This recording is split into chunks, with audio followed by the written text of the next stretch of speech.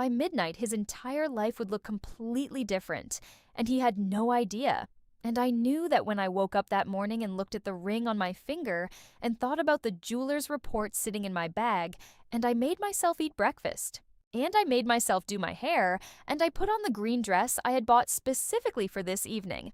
And I drove to the venue where 70 people were gathering to celebrate 10 years of what my husband Owen had been telling everyone was the best marriage he had ever witnessed from the inside. And I sat in the car for 4 minutes in the parking lot, and I looked at the ring, and I thought about the woman at the jewelry counter 3 weeks ago who had looked at it under her loupe and then looked at me with that specific careful expression that professionals use when they are about to tell you something that will change your understanding of your own life. And she had said, "Ma'am, this is cubic zirconia," and I had said, "I'm sorry." And she had said, "The stone in this setting is not a diamond, it is glass." And I had sat with that for 3 weeks. And I had not said a word to Owen. And tonight, at our 10th anniversary party in front of 70 people, I was going to say every word at exactly the right moment. And the clock on my dashboard said 6:47 p.m., and the party started at 7, and I had 5 hours and 13 minutes, and I was not going to waste a single one. My name is Serena Holt, and I am 38 years old. And I have been married to Owen Holt for 10 years. And I want to tell you about the ring before I tell you about the day. Because the ring is the whole story compressed into one object. And when Owen proposed to me 10 years ago, he did it with a diamond solitaire that he said had belonged to his grandmother. And he said she had left it specifically for the woman he married. And he told that story at our engagement party. And he told it at our wedding, and he told it at dinner parties over the years, and it was a beautiful story, and I had worn that ring for 10 years, believing it was a piece of his family's history, and believing that when he put it on my finger, he was giving me something irreplaceable.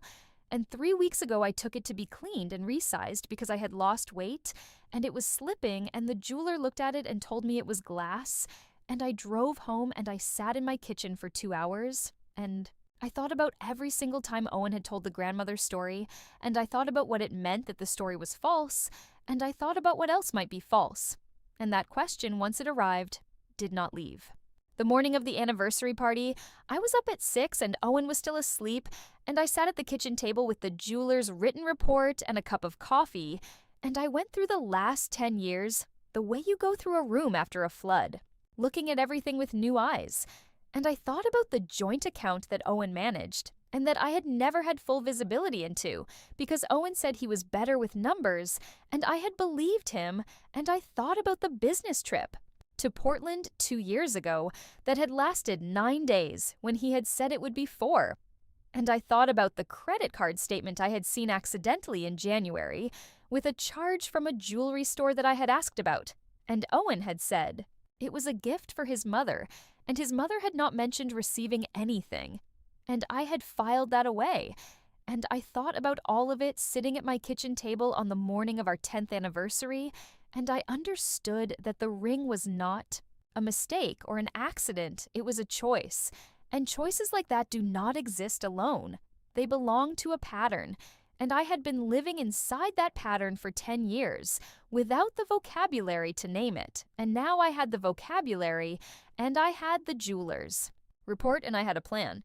At 9 a.m., I called my sister Dana, and I told her everything, and I said, I need you at the party tonight, and I need you to bring your husband, Marcus, who is an attorney. And she said, Serena, what is happening? And I said, I'll explain tonight, just be there. And she said, are you okay? And I said, I will be by midnight. And she said, that's not an answer. And I said, it's the only one I have right now. And she said, okay. And I hung up, and at 10 a.m. I called the joint accounts bank, and I asked for a full statement history going back 5 years. And I gave my name and my account number, and I was on that account, and they sent it to my email within the hour. And I sat at the kitchen table and I read it, and I found 4 years of monthly transfers to an account I did not recognize, in amounts that were regular and deliberate, and not large enough individually to be immediately alarming and significant enough collectively to matter. and I took screenshots of everything, and I sent them to my own personal email, and I sent them to Dana, and I texted Marcus and said, I may need you tonight in a professional capacity, and he said, understood. And at noon, Owen came downstairs and said good morning and kissed me on the cheek and said, are you excited for tonight? And I said, I really am, Owen, and I meant it differently than he understood it.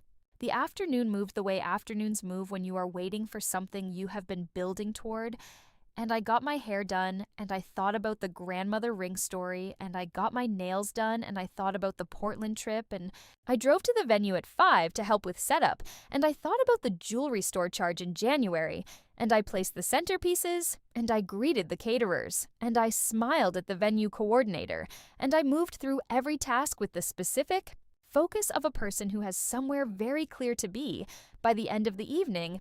And Owen arrived at 6:30, and he looked handsome, and he put his arm around me and said, you look incredible. And I said, thank you, Owen, and I looked at his face. And I thought about 10 years, and I thought about glass. And I held his hand, and I walked into the party. The first hour was toasts, and I smiled through every one of them.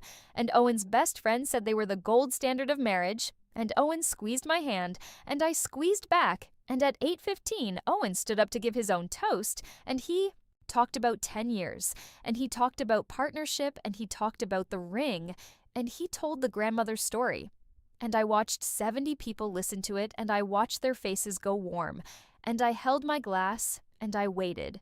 And when Owen finished and sat down, and everyone applauded, I stood up, and I said, I'd like to say something too.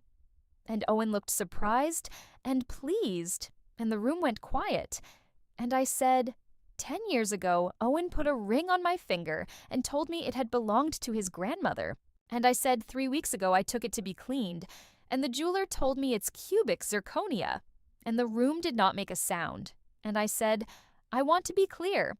I'm not telling you this to embarrass anyone.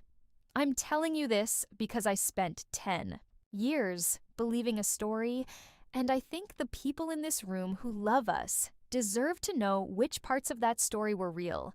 And Owen said, Serena, and I said, I also found 4 years of transfers from our joint account to an account I don't have access to. And I said, Dana has the bank statements if anyone would like to see them.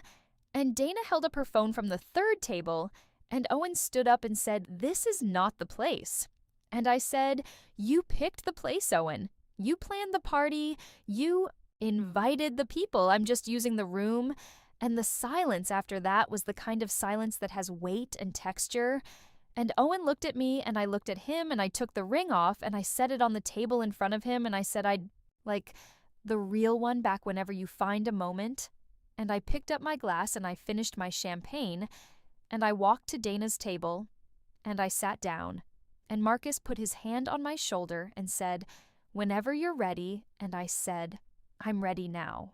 By midnight, Owen had left the venue with his best friend, and I was sitting in the parking lot in my green dress with Dana and Marcus, and a plan that was already in motion, and the clock on my phone said 11:58, and Dana said, how are you? And I said, I'm the clearest I've been in 10 years. And she said, what happens now? And I said, now we find out what's real and what's glass. And I said it looking at the place on my finger where the ring had been for a decade. And the skin there was slightly paler than the rest. And I thought about all the things that look solid from the outside and are hollow at the center. And I thought, the only difference between me yesterday and me tonight is that tonight I know, and knowing is the only place anything real can start from.